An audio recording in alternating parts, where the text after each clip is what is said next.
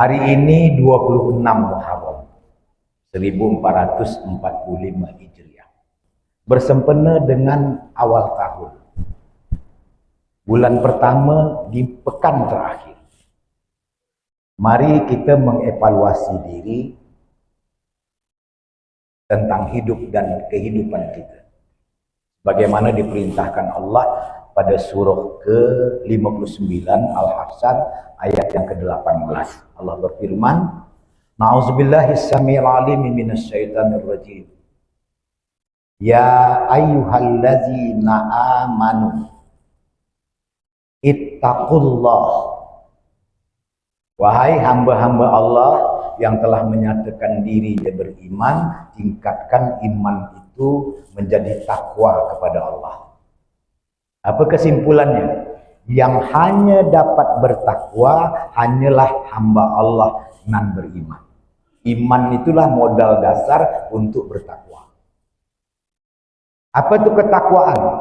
Ketaatan sepenuh teguh kepada Allah, menauladani Rasulullah SAW dengan melaksanakan segala perintahnya dan meninggalkan segala larangan. Itu takwa. Yang ketiga, mengapa kita digesa oleh Allah untuk bertakwa? Ketakwaan itulah derajat manusia yang paling bertakwa, yang paling mulia. Bagaimana caranya supaya kita dapat meningkatkan iman menjadi takwa? Wal tanzur nafsum ma qaddamat lighad. Hendaklah Mika mencek ulang, memeriksa lagi, melihat kembali, mengevaluasi apa yang telah dilakukan sekarang untuk yang akan datang. Kini untuk nanti. Tapi dimensi yang akan datang dan nantinya itu bukan dimensi yang singkat, tapi dimensi yang panjang, yang tak berakhir, namun abadi, yakni akhirat. Jadi evaluasi itu, Tuan Sekretaris, apa yang telah dilakukan sebelum mati? Nangga dong kesempatan kalau sudah mati. Bukan happen nama ngartu negara, tapi Allah nama ngartu. Saya kadang-kadang malas dengan orang Tapanuli, dengan orang Batak itulah. Awak serius, dia berolok-olok juga. Janganlah berolok-olok, saya serius.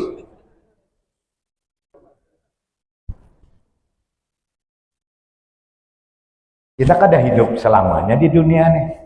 Bujur? Bujur.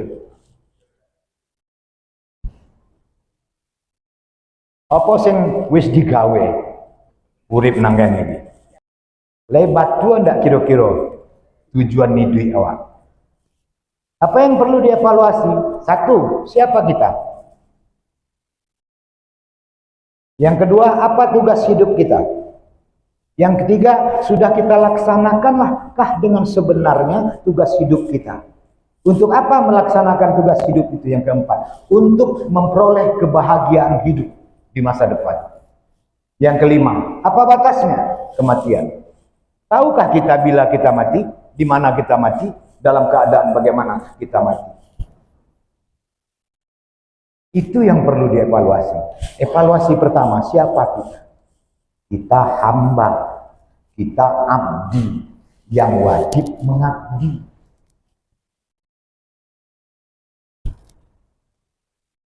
Zul, sebagai bawahan sadar diri.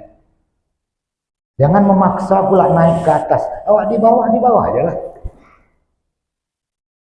Ikuti prosedur supaya dapat naik ke atas. Lewati tangga. Ini melompat. Akhirnya diturunkan orang balik. Yang kedua, apa tugas kita? Tugas kita cuma satu. Hanya beribadah saja. Tidak ada yang lain. Setuju enggak? Oleh karena itu, apapun yang kita lakukan di dalam hidup ini harus bernilai ibadah. Dari hal yang remeh-temeh hingga hal yang luar biasa. Contoh, Alhamdulillahirabbil alamin. Bernilai ibadah. A'udzubillahi minasyaitonir rajim. Bernilai ibadah. Saya tadi naik tangga berjalan. Bukan tangga berjalan.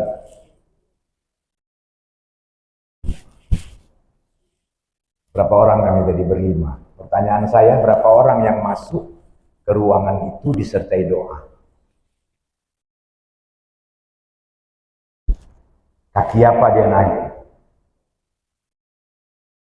Islam mengajarkan hambanya mulai dari hal yang paling sederhana ke hal yang luar biasa.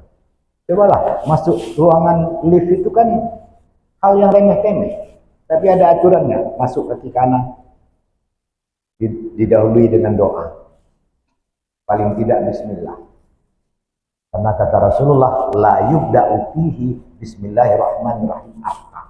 Segala sesuatu yang tidak dimulai dengan menyebut nama Allah, maka dia terputus dari rahmat Allah. Kalau dia sudah putus dari rahmat Allah, dia tak dapat barokah.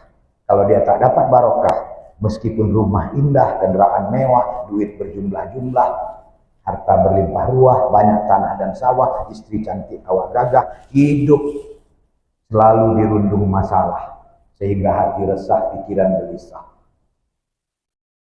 Tak kunjung ditolong Allah, bak kecek orang Minang. Aguno rumah lataga, foto rancak, fikih nggak siaga, tanah bertumpah-tumpah. Kalau barokah tak campak, dado sasak, utak sama, hati pala, tak dapet diubek juga. Apa guna? Hidup kita berpangkat, tapi dilaknat. Apa guna?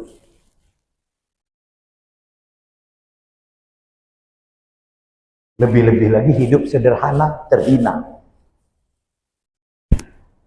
Jadikan semua aktivitas hidup kita bernilai ibadah. Dia akan bernilai ibadah kalau dia berbentuk amal soleh.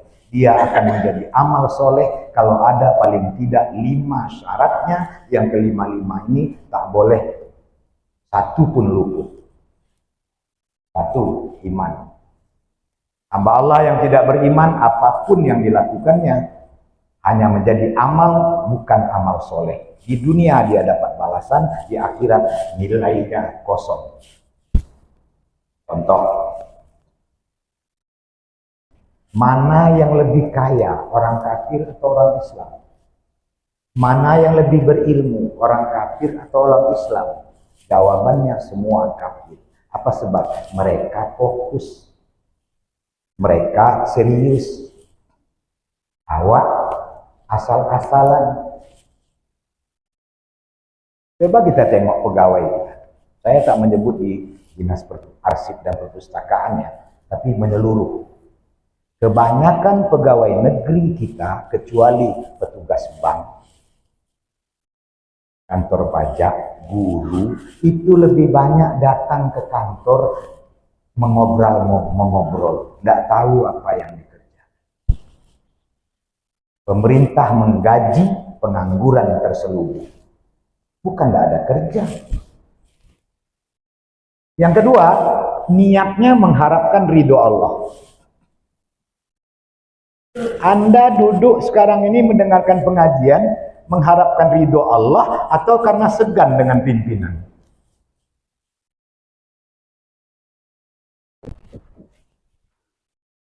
Saya mengaji di satu instansi di kota ini, tidak usah saya sebut. Dulu ketika beliau itu yang jadi pimpinan bersama wakilnya yang aktif setiap hari Jumat hadir pada pengajian pagi Jumat itu penuh, bahkan sampai dibuat tenda. Dia ngajinya di musala kantor itu, dibuat tenda di luar karena tidak muat. Tapi setelah berganti pimpinan itu selama saya menyampaikan pengajian itu ke situ, yang pimpinannya sekali datang, yang wakilnya sekali, tak penuh musala. Jadi mereka datang karena Allah atau karena segan kepada pimpinan.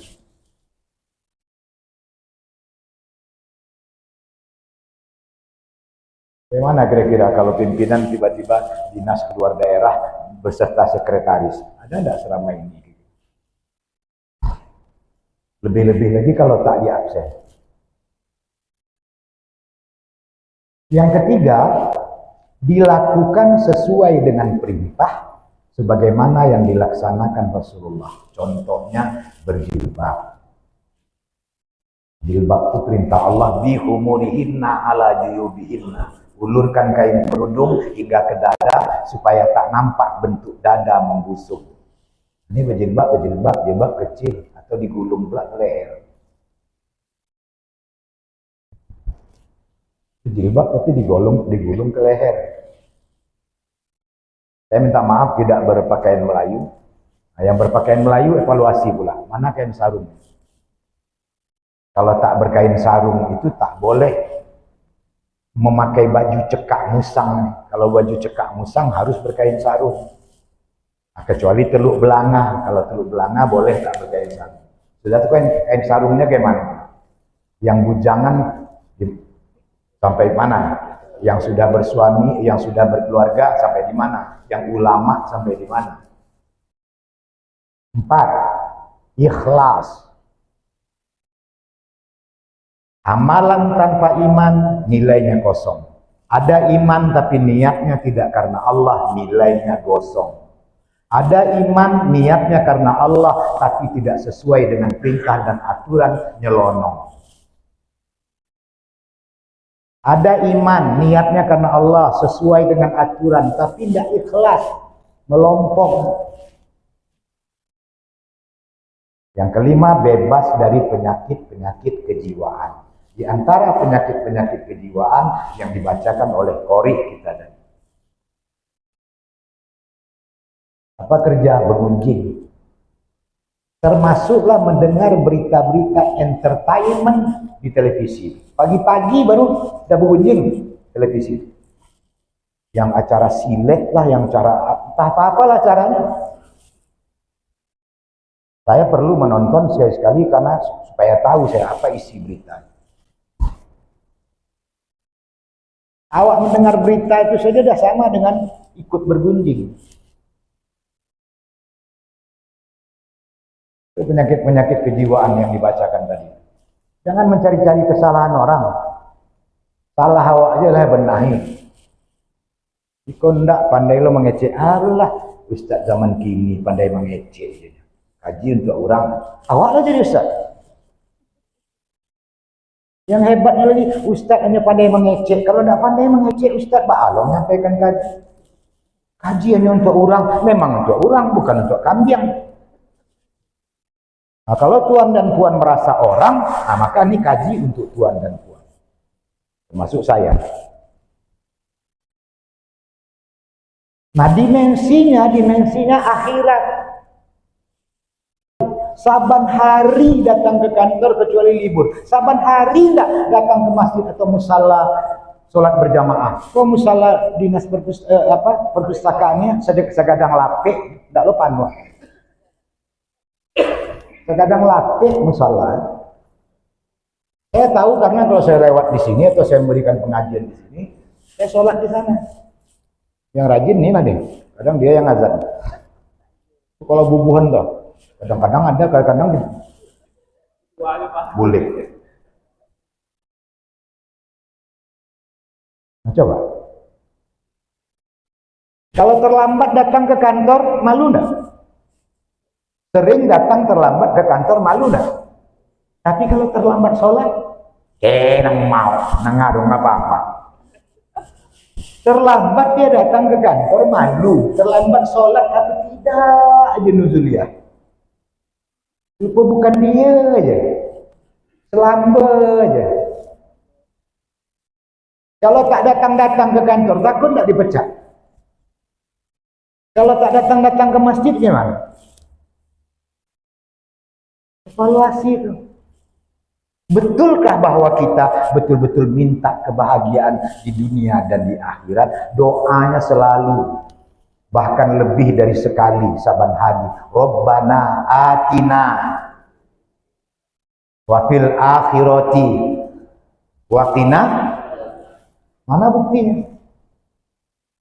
Jika kita memang betul-betul ingin mendapatkan kebahagiaan di dunia yang bersambung ke akhirat, keluar pertama kali dari rumah, Tidak ada lain kecuali ke masjid sebagai pusat kehidupan, hablum minallah, hablum minannas. Keluar pertama dari rumah itu ke masjid. Isra, menembus kegelapan. Mengapa? Supaya mi'raj. Naik dia kepada Allah, turun dia berupa rahmah dan barokah. Sekarang rahmah dan barokah itu semakin bertambah atau semakin berkurang? Semakin bertambah Allah beri atau semakin berkurang? Barokah itu. Hah? Semakin bertambah, kita uji. Mana yang banyak kain dulu dengan sekarang? Mana yang banyak perempuan nutup aurat dulu atau sekarang? Nah, kalau gitu enggak barokah kain yang banyak. Mana yang banyak petugas keamanan? Satpam, ansip, polisi, tentara, dulu atau sekarang? Mana yang aman negeri? Nah, di masjid itu enggak aman. Betul-betul diamalkannya kaji Ustaz. Tinggalkanlah yang buruk, bawa yang baik. Mana yang banyak pegawai dulu dengan sekarang? Mana yang cepat selesai urusan dulu atau sekarang? Yang saya katakan, membuat katalog sampai sekarang tidak selesai-selesai. Gimana? Kok protes? Kalau udah selesai, buktikan ke saya.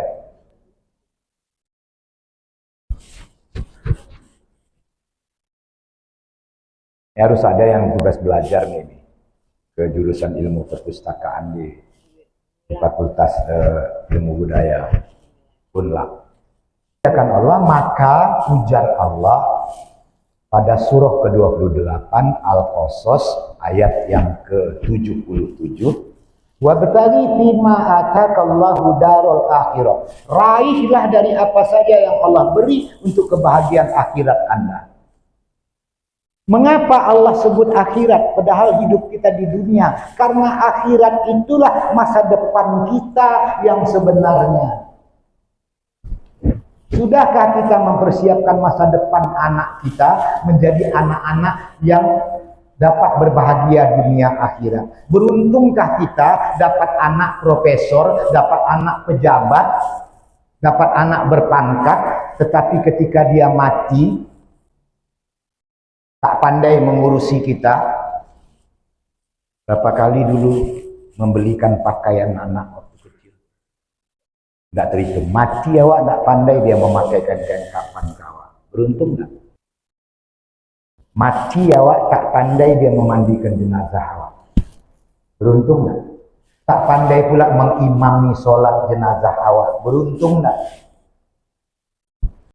Ada besan kami, limang cucu kami. Oh, ini calon penyanyi dangdut terkenal besok nih. Subhanallah, kata saya. Coba doakan ini calon penghafal Quran. Coba. Pergunakan dari apa saja yang Allah berikan kepada Anda untuk meraih kebahagiaan akhirat. Wala tansa nasibaka minad dunia. Tapi jangan lupakan dunia. Apa bedanya? Orang yang melaksanakan segala sesuatu hanya untuk dunianya, dia hanya dapat dunianya, tapi akhirat kepunan. Kepunan akhirat. Nah, tapi jangan lupa bagian di dunia. Apa contohnya? Kita keluar rumah, bismillahi tawakkaltu 'alallah, la haula wala quwata illa billah. Keluarnya di dunia, tapi nyambung ke akhirat. Naik kendaraan. Tapi selama di kendaraan tadi kemana?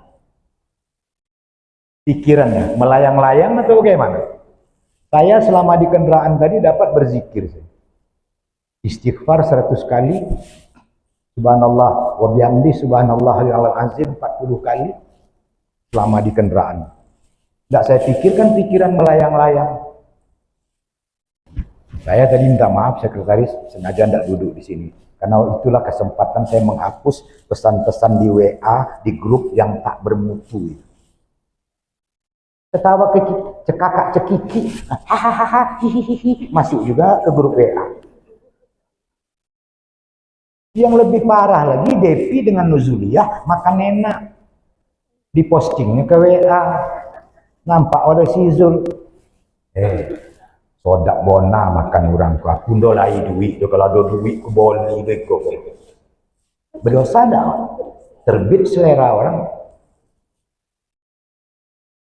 Yang dia makan durian diposting pula dengan kawannya, ketengok pula oleh anak kawan, ya beli durian ya, nantilah nak ya kalau ayah dah dapat rezeki. Enggak ya, sekarang juga tengok orang itu makan durian enak, gara-gara enggak bisa dilarang, dicuit oleh emaknya, dipukul oleh emak. Jadi katakan ayah besok kalau ada rezeki, berdosa enggak? Hal-hal seperti itu janganlah. Wa ahsin kama ahsanallahu ilaika. Berbuat baiklah Anda sebagaimana Allah telah berbuat baik kepada Anda. Badan sehat, tenaga kuat, pikiran ingat, rumah dari masjid dekat. Jangan datang berhati berat kalau iman tak berkarat. Sudah diberi Allah awak laki, syukuri. Yo laki orang gagah, laki awak sampai ikut untuk pas-pasan non ya. Yo kalau kasamo laki orang, yo laki awak, apa madu awak? Mau ndak di madu? Kalau laki orang ya, kalau kasamo laki awak, laki orang, apa madu? Berbuat baiklah Anda sebagaimana Allah telah berbuat baik kepada Anda. Wala tabzil fasada fil ard. Jangan Anda rusak masa depan Anda, masa akhirat Anda selagi Anda berada di bumi. Innallaha la yuhibbul mufsidin. Allah tidak suka kepada para perusak. Nah, bagaimana caranya supaya kita senantiasa berbuat baik? Ingat mati. Macam mana kira-kira kalau kita mati? Saya salut dengan tuannya Pak. Cobalah tertatih-tatih berjalan dengan Tuhan. Datang juga ke kantor. Apa katanya? Kalau saya tak datang ke kantor, nih gaji yang saya makan tak halal deh. Saya masih sanggup pergi ke kantor.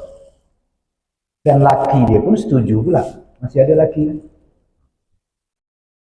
Coba kalau lakinya tak setuju, sudahlah kau sakit gini nih di rumah aja lah. Cuti di luar tanggungan negara aja lah.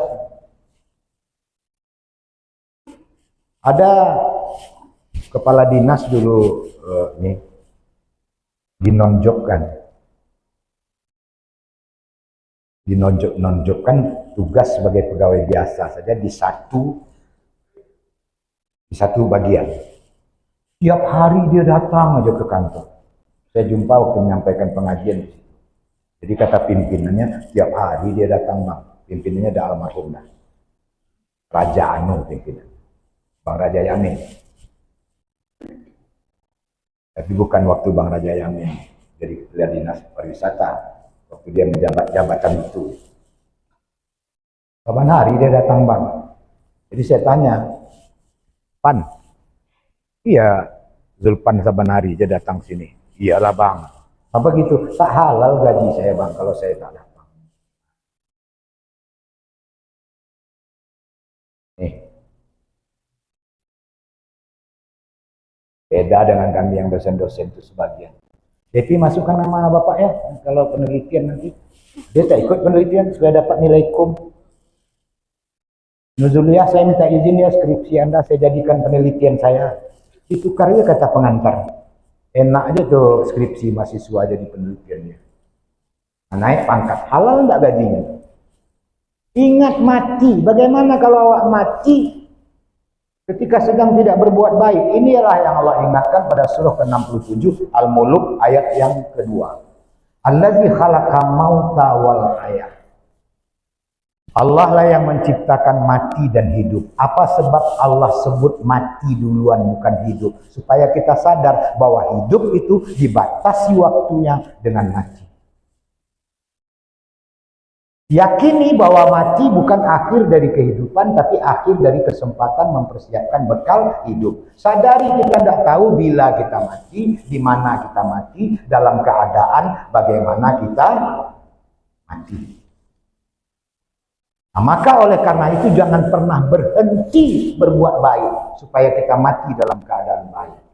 Dan Anda harusnya bersyukur bertugas di dinas perpustakaan. Anda mencerdaskan orang dengan buku-buku yang tersedia di sini. Maka berupayalah Anda bagaimana menumbuhkan minat baca orang-orang di sini. Anda paling beruntung tugas di sini apa? Sebab mencerdaskan orang. Dah, saya rasa itu saja pengajian yang dapat saya sampaikan. Kesimpulannya apa? Satu, sadari siapa diri awak. Yang kedua, apa tugas hidup awak. Yang ketiga, bagaimana kita melaksanakan tugas hidup itu untuk kebaikan masa depan kita. Yang keempat, sadari bahwa kita tidak tahu sampai kapan batas hidup kita di dunia. Oleh karena itu senantiasa berbuat baiklah supaya kita mati dalam keadaan baik.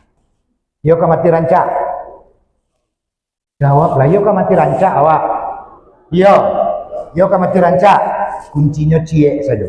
Kalau awak yo bana-bana mati rancak selagi duit jangan mati kerancaan. Selamat balik dan karena bermaksud dalam bahasa dari karena kita di mana bertaubat dan berdoa ya